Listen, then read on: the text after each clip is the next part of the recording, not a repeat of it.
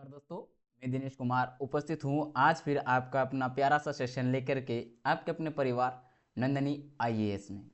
तो आप सबको ज्ञात है, हम डेली एक न एक ऐसा टॉपिक डिस्कशन करते हैं जो आपकी परीक्षा में अक्सर पूछा जाता है। तो आज हमारा जो टॉपिक रहने वाला है वह है गुरु गोविंद सिंह जी के ऊपर।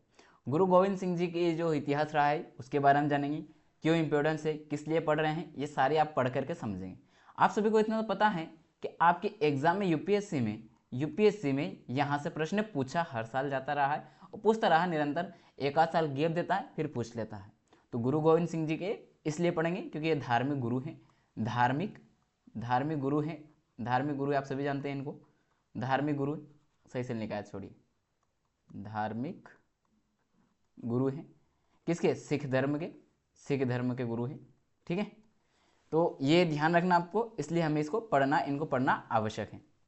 चलिए अब करते हैं शुरुआत। पहले इनके संदर्भ को जान लेते हैं। संदर्भ क्या है?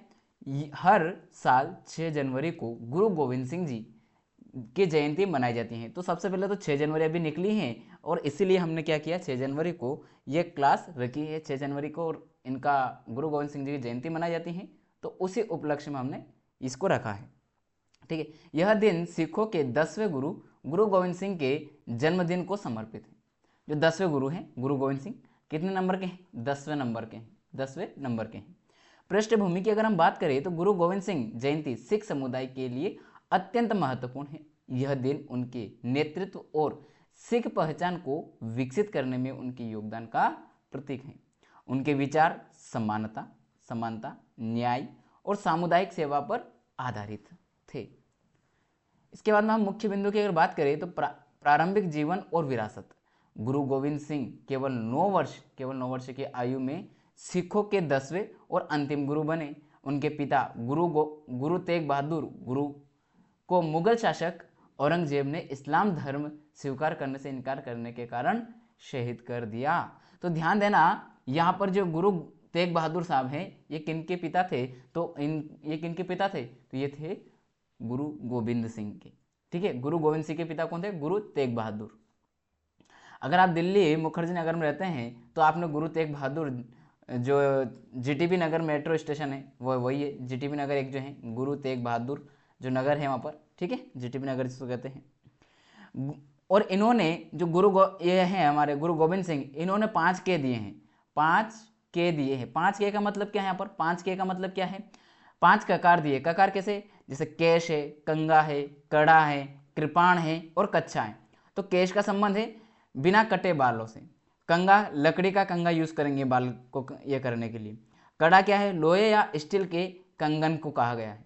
कृपाण धार्मिक तलवार है और विशेष जो शैली का अधोवस्त्र है। कौन सा? कच्छा जो है वो विशेष शैली का अधोवस्त्र है जो अंदर पहने जाने वाला वस्त्र है।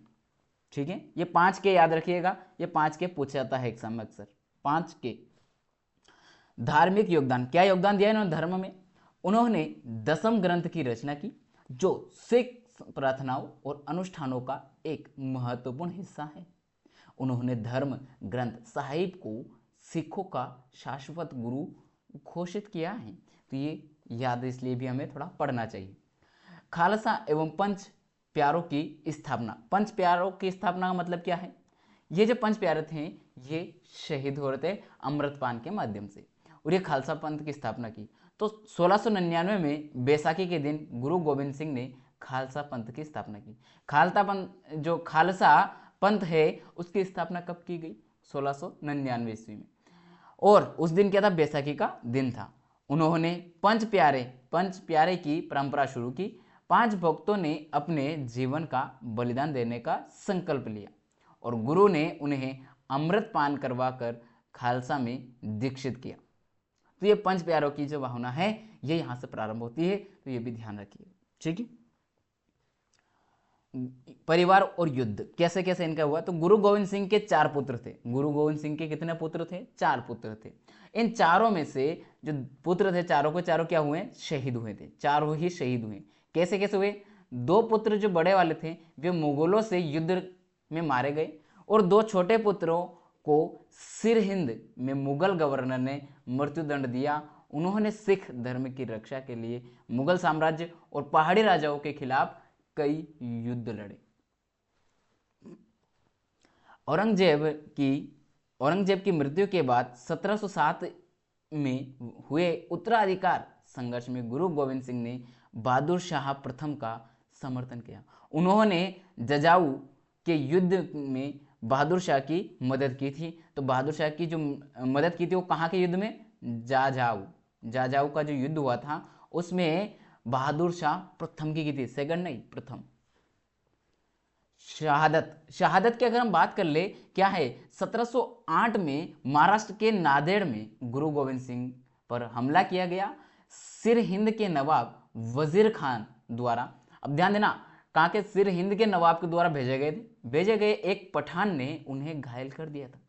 सम्राट बहादुर शाह के आदेश पर उपचार किया गया, लेकिन घाव पुनः खुलने के कारण 7 अक्टूबर 1708 को गुरु गोविंद सिंह का निधन हुआ। तो ये तारीख याद रखिएगा, 7 अक्टूबर 1708।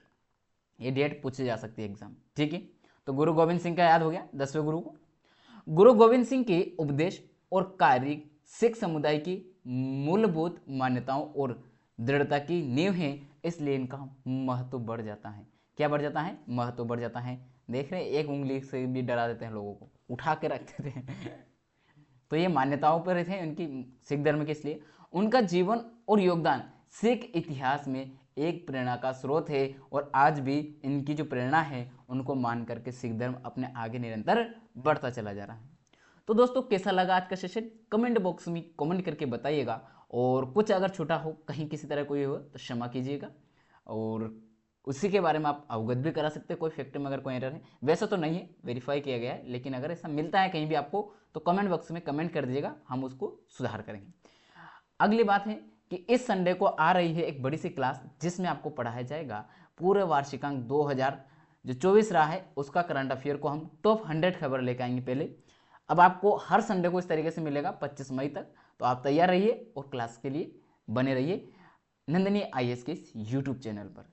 चलिए मिलेंगे अगली क्लास में, तब तक के लिए जय हिंद, जय भारत।